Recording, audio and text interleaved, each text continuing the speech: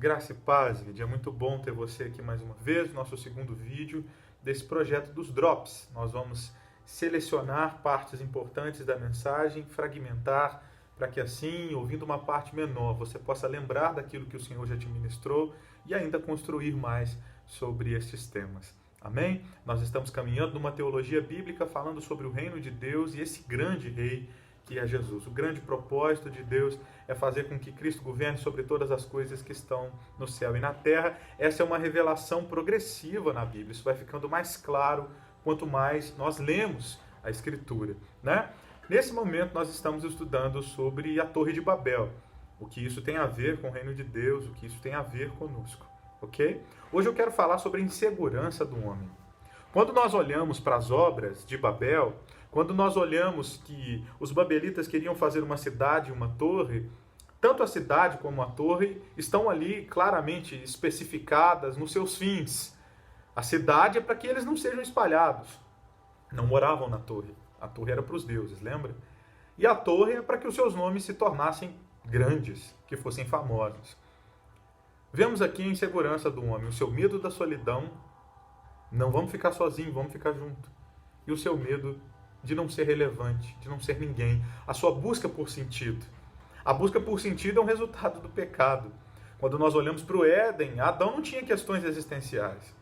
Até porque Adão se significava a partir do relacionamento que tinha com esse Deus transcendente. Adão havia sido comunicado pelo próprio Deus que Adão era imagem conforme a semelhança de Deus. Ou seja, eu sou, tendo como base aquilo que ele é. O relacionamento bastava para Adão. Adão não se sentia sozinho. Ele estava guardado no Senhor. Adão não se sentia inseguro.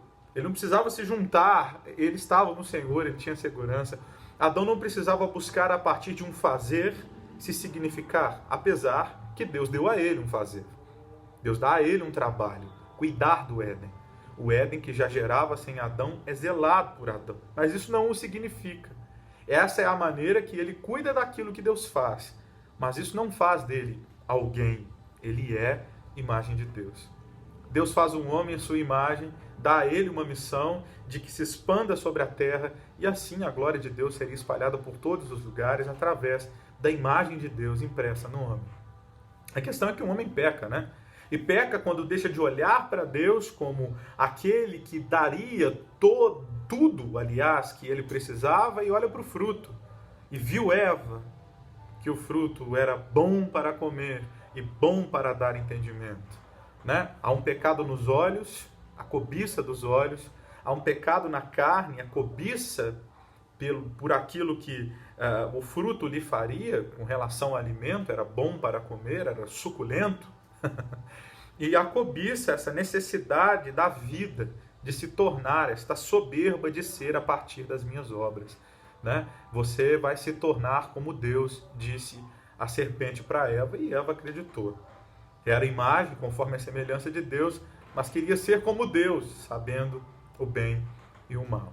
Fato é que a condenação para Adão é que ele agora vai construir sua vida fora do Éden a partir do seu suor. Ou seja, ele não vai mais cuidar de um ambiente onde Deus governa sobre ele, e ele governa sobre um ambiente, e tudo é produzido segundo a força de Deus. Esse é o protótipo do reino de Deus. Deus cria um lugar físico, um território, coloca o homem, governa sobre o homem e faz com que o homem governe sobre o território. Protótipo ideal do reino de Deus. Agora, a terra é amaldiçoada porque o seu governador falhou, cardos e abrolhos tomam a terra, e agora Adão vai ter que sofrer para fazer a terra produzir. Isso não tem uma implicação apenas na sua sobrevivência, mas na sua interpretação da realidade. Agora o homem é aquilo que faz. A gente pode ver a próxima geração. Caim era agricultor. Abel era o cuidador de animais. A gente passa a ser significado a partir do que faz. Olhamos agora, então, para os homens de Babel, inseguros, sem resposta sobre a vida. Então, vamos ficar juntos. O homem tentando lidar com a solidão, com a falta de relacionamento com Deus, com a falta de completude nos seus relacionamentos falhos. Vamos fazer grande o nosso nome, o medo de não ser, o medo de não se tornar. Veja bem, Adão tinha um fazer, mas o seu fazer não lhe significava. O seu fazer era apenas uma obediência dentro do contexto do reino. E agora, o fazer, tanto na nossa geração como já lá atrás na Torre de Babel e na cidade babelita, nós nos significamos a partir daquilo que fazemos. Percebe? E a gente fica procurando por sentido, mas o que é a vida? O que é estar aqui? E a fama? Será que a minha vida vai ser relevante ou não? Então, eu acho que se eu fizer mais, eu posso ser mais. Nós fugimos do princípio básico do relacionamento com Deus, que somos a partir dele. A essência do nosso ser está nele, e agora trazemos a essência do ser para os tijolos que fazemos. Venham, façamos tijolos e usemos o betume como argamassa. Construamos uma grande torre, e assim a gente não vai ser afastado, vamos morar junto, e assim a gente vai ser grande, vamos fazer o nosso nome conhecido. Carência, necessidade de ser. Quando nós olhamos para Jesus, não vemos essas carências. Jesus, com 12 anos, já tinha plena convicção de quem era. Todos nós conhecemos o episódio, Maria se perde de Jesus, Jesus se perde deles. Quando encontra Jesus, Jesus está no templo discutindo a lei com grandes mestres, e Maria diz, mas menino, como que você faz isso com a gente? Você desaparece.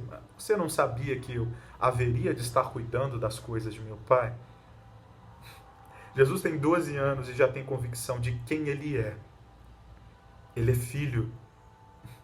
E isso lhe impõe um fazer, cuidar das coisas dele. Eu cuido das coisas dele. Jesus nunca aceitou, por exemplo, que fosse glorificado pelos seus milagres, porque a glória era de Deus. Jesus estava aqui fazendo a obra de Deus.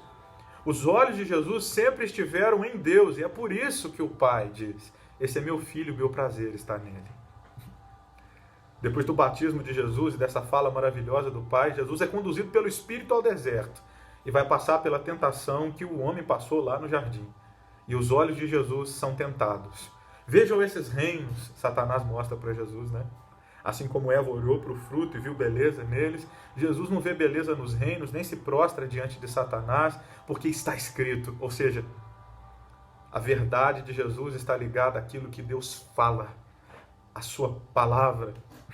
E a palavra de Deus é o próprio Jesus. Percebe como o ser de Cristo está entremeado ao ser de Deus? Está escrito, eu só vou adorar o meu Senhor. Por que os reinos do mundo, por mais que as suas belezas fossem evidentes ali aos olhos de Jesus, por que Jesus não se sente tentado, então, a parar o seu projeto que acaba de começar e já receber um projeto pronto, inteiro, um reino, um lugar, com suas belezas e suas estruturas? Porque Jesus sabia que nesse momento, o plano de Deus é que ele nos trouxesse para ele e que assim o reino espiritual fosse inaugurado. Então, reinos físicos não chamavam a atenção de Jesus. Jesus vem para reinar fisicamente numa outra vinda.